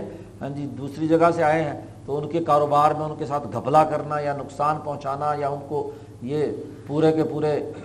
سوسائٹی کی ضروریات کے راستے کی رکاوٹ ہے۔ فإن ذلك يفتح باب کثرت ورودہم، اگر ان کے ساتھ اچھا معاملہ آپ کی ریاست اور ملک میں ہوگا تو وہ کثرت سے آپ کے ملک میں آئیں گے، معاشی سرگرمیاں بڑھیں گی، اس کے ذریعے سے آپ کا معاشی سرکل تیز ہوگا۔ ایسے ہی ایک تو تاجروں کو ابھارنا کہ وہ یہ غذائی نظم و نسق قائم کریں، اور وحمل الزراع، اور کاشتکاروں کو اس بات پر مجبور کرنا، ابھارنا کہ وہ زمین، کوئی بھی زمین جو ان کے قبضے میں ہے، اس کو فضول بغیر کاشت کے نہ چھوڑیں۔ اللہ یترکو ارضا مہملتن، زمین کو مہمل نہ چھوڑیں، بغیر کاشت کے نہ چھوڑیں، زمین ملک کا چپا چپا کاشت ہونا چاہیے، اس کی کاشت کا نظم و نسق ہونا چاہیے تاکہ زیادہ سے زیادہ پیداوار ہو۔ اور ایسے ہی جو دستکار یا صنعت کار ہیں ان کو ابھارنا کہ وہ اپنی صنعتوں کو بہتر سے بہتر، خوب سے خوب تر حب جمال، رائے کلی اور تجرباتی ٹیکنالوجیز کا استعمال کر کے خوب سے خوب چیز بنائیں۔ تو تین ہی بنیادی شعبے ہیں، زراعت، صنعت اور تجارت، ان کے ساتھ اچھا معاملہ کرنا۔ وَيُتْقِنُوهَا، اور وہ صنعت کار جو ہیں وہ ان چیزوں کو زیادہ خوبصورت، زیادہ اچھے اور مہارت کے ساتھ بنائیں، اس کی ان کی مدد کرنا۔ اور اسی طریقے سے حکومت کی ذمہ داری اور کسی شہر کی ترقی کی خصوصیت یہ بھی ہے کہ جتنے بھی شہر والے لوگ ہیں، شہری ہیں، ان سے کہا جائے کہ جتنے بھی اچھے اور عمدہ کام ہیں، اعلیٰ اخلاق کی اور دنیا کی قوموں میں قابل فخر چیزیں ہیں، وہ سیکھیں۔ ان کا علم، ان کا تجربہ، ان کی مہارت اچھی ہونی چاہیے۔ مثلا تحریر لکھنا، کل خط، تو باقاعدہ ان کی تحریر لکھنے کی صلاحیت کا اچھا ہونا، اس میں تخلیقی صلاحیتوں کا حامل ہونا، مضامین لکھنا، مقالات لکھنا وغیرہ وغیرہ۔ اسی طریقے سے حساب و کتاب تمام شہری جانتے ہوں، ان کو اس کا موقع ہونا چاہیے۔ و تاریخ، اور اس ریاست کے تمام شہری اپنی تاریخ سے بھی آگاہ ہوں، بلکہ دنیا بھر کے ممالک کی تاریخ سے کسی آگاہ ہوں اور تاریخی تجزیہ کرنے کی ان کے اندر صلاحیت موجود ہو۔ ایسے اس بات پر بھی ابھارا جائے کہ طب، کہ وہ طبی جو ضروریات ہیں صحت کے مطابق وہ بھی سیکھیں، اور پھر طب کے لیے جو الگ شعبہ ہے اس کے لیے افراد کی تعلیم و تربیت کا اہتمام کیا جائے۔ اور والوجوہ الصحیحہ من تقدمۃ المعرفہ، پیش آمدہ جو بعد کے واقعات ہیں مستقبل میں، اس کی قبل از وقت پلاننگ کرنے کے جو صحیح طریقے ہیں منصوبہ بندی کے، وہ بھی سکھائے جائیں اپنی ریاست کے تمام شہریوں کو، کہ ان کے الگ الگ شعبے بنا کر ہر شعبے کے اعتبار سے ان کی تعلیم و تربیت کا اور اس کے مطابق اقدامات ہونے چاہئیں۔ شاہ صاحب نے کہا کہ شہر اور ملک کی حفاظت کے لیے اور صحت کے لیے ایک اور محکمہ بھی بڑا ضروری ہے، CID کا، جاسوسی کا نظام ہونا چاہیے پورے ملک میں۔ منہ اخبار البلد، شہر کے اور ریاست کے تمام افراد کی جاسوسی ہونی چاہیے، ان کی خبریں معلوم ہونی چاہیے کہ ملک میں ہو کیا رہا ہے، لوگ کیا سوچ رہے ہیں جی۔ لیتمیز الداعر من الناصح، اس ملک کے ریاستی سطح پر خیرخواہ کون ہے اور اس ملک کے خلاف شرارتیں اور اس کو نقصان پہنچانے والا داعر کا جملہ بولا ہے، دھوکے باز اور فراڈیا کون ہے جو فساد مچانا چاہتا ہے، تو اس داعر کو اور اس ناصح اور خیرخواہ کے درمیان فرق و امتیاز ہو۔ ملک اور قوم کے تحفظ کے لیے کون کام کر رہا ہے اور ملک اور قوم اور ریاست اس کے خلاف کون کام کر رہا ہے، اور یہ معلوم ہو جائے۔ اور اس جاسوسی کے نظام کا ایک اور مقصد بھی، ہدف بھی شاہ صاحب نے بیان کیا ہے، وہ یہ کہ سوسائٹی میں اس جاسوسی کے نظام سے یہ پتہ چلے کہ غریب کتنے ہیں اور کون ہیں، اور مالدار اور غیر محتاج جو ہیں وہ کون ہیں، سرمایہ پرست اور جاگیردار کتنے ہیں، محتاج کا پتہ چلے، غریب کا پتہ چلے اس جاسوسی کے نظام سے، اور پھر ان کی مدد کی جائے۔ اور وصاحب صنعت مرغوبۃ فیستعان بہ، اور یہ پتہ چلے کہ لوگوں میں کس کس آدمی میں کس کس کام کا وہ ایکسپرٹ ہے، مہارت اس کے اندر کس میں ہے، صلاحیت کس کے اندر کس کام کی ہے، تاکہ اگر حکومت کو اجتماعی طور پر ریاست اور ملک کو ضرورت پیش آئے تو ایسے صاحب صلاحیت افراد کو نیچے سے لا کر ان سے ریاست کے لیے کیا خدمات لی جائے۔ اگر یہ نہیں پتہ کہ آپ کے پاس جو افرادی قوت موجود ہے ان کے حقائق کیا ہے، تو آپ صحیح مینجمنٹ قائم نہیں کر سکتے۔ اور یہ یاد رکھو، یہ جاسوسی کا نظام جو ہے جیسے ایک ریاست اور ملک کے لیے ہوتا ہے، ایک تنظیم اور جماعت کے لیے بھی ضروری ہے۔ افراد کی جانچ پڑتال کا ہونا، اس کے بغیر جو ہے وہ کیا ہے، کوئی بھی وحدت، کوئی بھی تشخص جو ہے وہ درست طور پر برقرار نہیں رکھا جا سکتا۔ یہ شاہ صاحب نے بنیادی امور وہ متعین کر دیے جو ریاستی بقا اور تحفظ کے لیے ضروری ہوتے ہیں۔ اور آخر میں شاہ صاحب باب ختم ہو رہا ہے تو ایک بڑی بنیادی خرابی جو اس شاہ صاحب کے زمانے سے اس پوری سوسائٹی میں رائج ہے، ریاستوں اور ملکوں کی تباہی اور بربادی کے دو بنیادی اسباب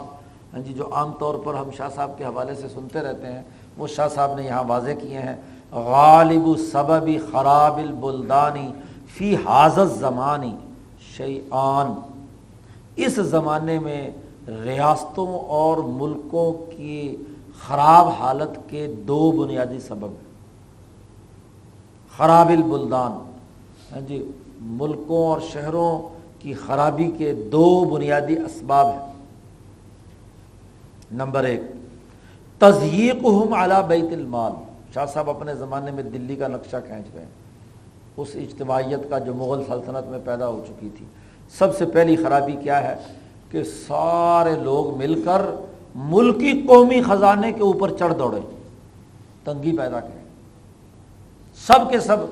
ملکی قومی خزانے کے لوٹنے کے چکر میں ہوں۔ بِأَن يَعْتَادُوا التَّكَسُّبَ بِالْأَخْذِ مِنْهُ، وہ عادت بنا لیں کہ انہوں نے سرکاری خزانے سے اور سرکاری مال ہڑپ کرنا ہے، بس کوئی تخلیقی سرگرمی سے نہ پیداوار کرنی ہے، نہ کوئی مفید پیشے سے کام کرنا ہے۔ انہوں نے پیشہ ہی یہ بنا دیا، جیسے ہمارے سارے سیاستدان، ہاں جی سیاست میں داخل جتنے بھی مولوی اور مذہبی طبقات ہیں، انہوں نے پیشہ بنا لیا کہ وہ کیا ہے، اس کے ذریعے سے حکومتی اور سرکاری وسائل کو لینے، مال چاہیے سرکار کا کسی بھی طریقے سے مل جائے۔ اور شاہ صاحب نے سب کا نقشہ کھینچا ہے، کوئی کسی ایک کو نہیں بخشا۔ شاہ صاحب نے کہا علی انہم من الغزات، ان کو ملکی خزانہ کیوں چاہیے؟ اس لیے کہ وہ فوجی ہیں، سب سے پہلے فوجیوں کو، اس لیے ہمیں قومی خزانے سے مال لوٹنے کی اجازت ہونی چاہیے کہ ہم غازی ہیں۔ او من العلماء الذین لہم حق فیہ، علماء کہتے ہیں جی ہمارا حق ہے، ہم مذہبی نمائندے ہیں، ہمیں تو ریاست کے قومی خزانے سے ہمیں مال ملنا چاہیے، چاہے ہاں جی وہ چندے کے مال اکٹھا کر لیں اور وہاں سے جن کو نہیں ملتا یا اس سے زیادہ آگے درجہ ہو جائے تو وہ ریاستی مال ہڑپ کرنے کے لیے تیار بیٹھے۔ دو طبقے، او من الذین، یا وہ لوگ کہ جرت عادت الملوک بصلتہم، کہ جن کے بارے میں حکمرانوں اور بادشاہوں کی عادت ہوتی ہے کہ وہ ان کے ساتھ کوئی صلہ رحمی اور کوئی ان کو پیسے ویسے ضرور دیتے، کالزہاد، جیسے مثلا پیر صاحبان کہتے ہیں کہ جی ہمیں بھی سرکار سے مال ملنا چاہیے اس لیے کہ ہم زاہد ہیں، ہم عبادت گزار ہیں۔ یا اسی طریقے سے ایک اور طبقہ جو ہاں جی لوٹ کسوٹ کے اندر شریک ہوتا ہے، الشعراء، ادیب، سارے ادیب جو ہے ادبی جماعتیں بنا کر، ادبی بیٹھ کے بنا کر کیا ہے ناول افسانے قصے کہانیاں سنا کر وہ کہتے ہیں لو جی ہمیں بھی حکومت کو ہماری بھی سرپرستی کرنی چاہیے۔ شاہ صاحب نے کہا، شاہ فہرست بڑی لمبی چوڑی ہے لوٹ مار کرنے والوں کی قومی خزانے کی، ہاں جی تو شاہ صاحب نے کہا او بوجہ من وجوہ التکدی، کوئی بھی پہلو کسی طریقے سے کیا ہے بھیک مانگی جا سکے۔ تکدی کہتے ہیں التکسب بالسوال، ہاتھ پھیلا کر بھیک مانگنا کہ لو یہ پیسہ ہمیں چاہیے، قرضے معاف کرا لو، کسی اور طریقے سے لوٹ مار کر لو، کرپشن کر لو، یہ کر لو وہ کر لو، تو بھیک مانگنے کا طریقہ اختیار کر لیا جائے، اور وہ سارا بوجھ کس پر ہو؟ قومی خزانے پر، ملک کے۔ اور شاہ صاحب کہتے ہیں وَيَكُونُ الْعُمْدَةُ عِنْدَهُمْ هُوَ التَّكَسُّبُ، یہ جتنی میں نے فہرست گنوائی ہے، شاہ صاحب کہتے ہیں یہ سارے کے سارے لوگوں کا سب سے عمدہ ترین کام یہ ہے کہ انہوں نے یہ بھیک مانگنے کا پیشہ اختیار کر لیا، ریاستی وسائل کو ہڑپ کرنے کو اپنا پیشہ بنا لیا۔ دون القیام بالمصلحہ، فوجی ہیں، پیسے تو خوب لیتے ہیں، غازی ہیں، لیکن ملک کی مصلحت کا قائم کرنے کے لیے کام نہیں کرتے۔ مولوی ہیں، پیسے کھاتے ہیں، لیکن علم دین کے فروغ کے لیے کام۔ شاعر ہیں، اس شاعری سے ملک اور قوم کو کوئی فائدہ نہیں پہنچائیں گے۔ وہ زاہد اور پیر ہیں، لیکن ان کے زہد و تقویٰ کا یہ کوئی فائدہ نہیں ہے کہ وہ کم روٹی کھائیں تو چلو جی باقی لوگوں کو روٹی مل جائے، وہ زیادہ سے زیادہ خود ہڑپ کر جاتے ہیں۔ تو کام جو ذمہ داری ہے ان کی وہ تو کرتے نہیں، اور بیت المال کے اوپر ہاں جی سب ٹوٹ پڑتے ہیں۔ جب ٹوٹ پڑتے ہیں سارے کے سارے، تو شاہ صاحب نے کہا اگلا منظرنامہ کیا ہوتا ہے؟ فَيَدْخُلُ قَوْمٌ عَلَىٰ قَوْمٍ، ایک قوم دوسری قوم پر کیا ہے داخل ہوتی ہے کہ اوہ یہ میرا تھا یہ میرا تھا، پھر آپس میں لڑتے ہیں۔ جب لڑتے ہیں تو فَيُنْغَزُونَ ہاں جی عَلَيْهِمْ، وہ آپس میں ہاں جی ایک دوسرے يُنَغِزُونَ عَلَيْهِمْ، کہ وہ ایک دوسرے کے اوپر کیا ہے جھپٹتے ہیں لوٹ مار کرنے کے لیے، ہاں جی۔ اور وَيَسِيرُونَ كَلًّا عَلَى الْمَدِينَةِ، اور وہ سب کے سب اس کے اوپر کیا ہے بوجھ بن جاتے ہیں، اس ریاست کے اوپر سارا وہ ہاں جی مال کا بوجھ، قرضوں کا بوجھ وہ پورے ملک کے اوپر پھیل جاتا ہے۔ اس زمانے میں اگر 400 سال پہلے کی دلی کا یہ حال تھا، 300 سال پہلے، اور وہی حالت آج بھی ہے، تو کوئی فرق تو نہ ہوا۔ نمبر 1، یہ کسی ریاست کی تباہی اور بربادی کا سبب ہوتا ہے کہ اس ریاست کے اوپر قرضوں کا اتنا بوجھ ہو جائے کہ سب کے سب وہ اس ریاست کے لوگ جو ہیں وہ اس پوری سوسائٹی کے اوپر بوجھ بن جائے۔ والثانی، اور جب جناب آپ کو اتنا بڑا قرضہ ملک کے اوپر اور ملک کے وسائل پر سب لوٹ مار کر رہے ہیں، تو اب آخر یہ پیسہ کہاں سے آئے گا؟ تو دوسرا نتیجہ کیا ہوگا؟ ضرب الذرائع الثقیلہ علی الزراع والتجار المتحرفہ، جی بڑے شدید قسم کے ٹیکس، کئی 100 قسم کے ٹیکس لگائے جاتے ہیں، بھاری بھرکم، کن پر؟ زراعت پیشہ لوگوں پر، تاجروں پر، صنعت کاروں پر، یعنی جو تخلیقی سرگرمیاں کرنے والے لوگ ہیں سوسائٹی میں، یہی 3 شعبے ہوتے ہیں، زراعت، صنعت اور تجارت۔ یہ جو کمانے والے شعبے ہیں انہیں کے اوپر ٹیکس ظالمانہ لگا دیے جائیں، اور پھر ان کی وصولی کے لیے والتشدید علیہم، ان پر سختی کی جائے، حتی یفضی الی اجحاف المطاوعین واستئصالہم وَإِلَى تَمَنُّعِ أُولِي بَأْسٍ شَدِيدٍ وَبَغْيِهِمْ۔ اس کا نتیجہ کیا ہوتا ہے کہ جو بیچارے نیک اور شریف تاجر، کاشتکار اور وہ جو شریف لوگ ٹیکس دینے والے ہیں، ان کی تو جڑ کٹ جاتی ہے، زراعت تباہ و برباد ہو گئی، سارا کام ہی ٹیکس میں چلا گیا، ایک تاجر نے جتنا بھی لیا تھا وہ سارا کا سارا منافع وہ تو حکومت لے گئی، ایک صنعت کار جو ہے اپنا سارا پرافٹ گورنمنٹ کو دے رہا ہے۔ تو جو نیک لوگ ہیں نا، مطاوعین یعنی فرما بردار قسم کے لوگ ہیں کہ جو ٹیکس لگا انہوں نے دینا شروع کر دیا، جی تو ان کے نتیجے میں کیا ہے؟ استئصالہم، ان کا تو استئصال جڑ کاٹ دینا، کسی کی اصل کو کاٹ دینا۔ ایک ہے لفظ استحصال کہ دوسرے سے کوئی چیز حاصل کر لی، اور ایک ہے استیصال یا استیصال، اس کا مطلب ہے کسی کو جڑ سے اکھیڑ دینا، اصل جڑ کاٹ دینا اس کی۔ تو ایسے لوگوں کی جڑ کٹ جاتی ہے۔ اور جو ان میں کوئی طاقتور قسم کے لوگ ہوتے ہیں، ڈنڈے باز، تو وہ الی تمنع اولی بأس شدید وبغیہم، وہ بغاوت پر اتر آتے ہیں، اور پھر وہ ہیلے بہانے ڈھونڈ کر کسی نہ کسی طریقے سے اس ٹیکس سے کیا ہے بچ جاتے ہیں۔ اب وہ جو نہیں دیتے ان کا بوجھ بھی ان دینے والوں پر پڑ جاتا ہے،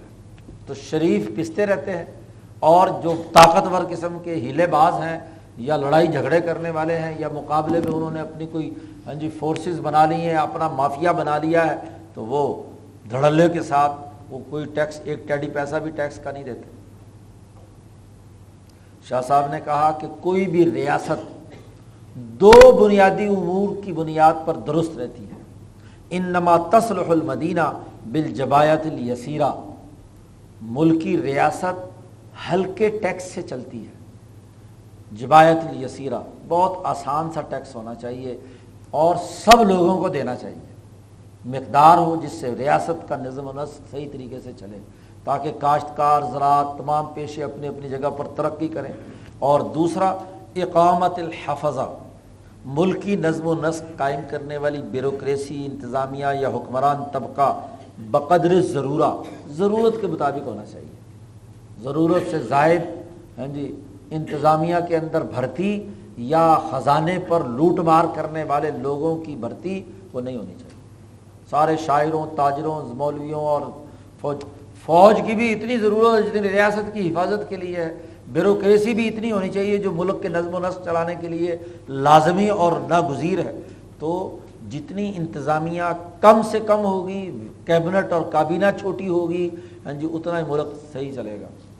اور جتنی لمبی فوج ظفر موج ہوگی وزراء کی اور انتظامیہ کی اور باقی فوجیوں کی اور مولویوں کی لار ہوگی، تو اس کے نتیجے میں ملک اور ریاست تباہ و برباد ہو جائے گا۔ شاہ صاحب نے کہا کہ یہ جو میں نے ریاستوں کی درستگی اور ریاستوں کی خرابی کی جو بنیادی بات میں نے بیان کی ہے، چاہیے کہ فَلْيَنْتَبِهْ أَهْلُ الزَّمَانِ لِهَذِهِ النُّقْطَةِ، اس زمانے کے لوگ جو ہیں اس نقطے پر متنبہ ہو جائیں۔ ان کو متنبہ ہونا چاہیے، فلیتنبہ، تنبہ ہونا چاہیے اس پر، اس کو پیش نظر رکھنا چاہیے کہ یہ نقطہ ان کے پیش نظر ہو کہ ریاستیں صحیح کیسے چلتی ہیں اور ریاستیں خراب کیسے ہوتی ہیں۔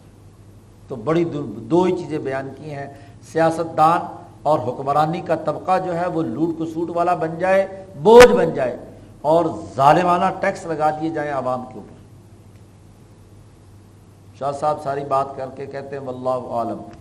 اور ہر باب کے آخر میں کہتے ہیں کہ اللہ زیادہ جانتا ہے، مزید تفصیلات بھی ہو سکتی ہیں، لیکن بنیادی اساسی اصول کسی سیاست اور ریاست اور اتفاق ثالث کے وہ یہی ہیں۔ یہاں شاہ صاحب بیان کرنے کے بعد اگلے ابواب میں حکمران کیسے ہونے چاہیے، تو حکمران میں کون کون سے وصف ہوں اس کو شاہ صاحب نے بیان کیا ہے، اور آگے وزیر کیسے ہونے چاہیے۔ اللہ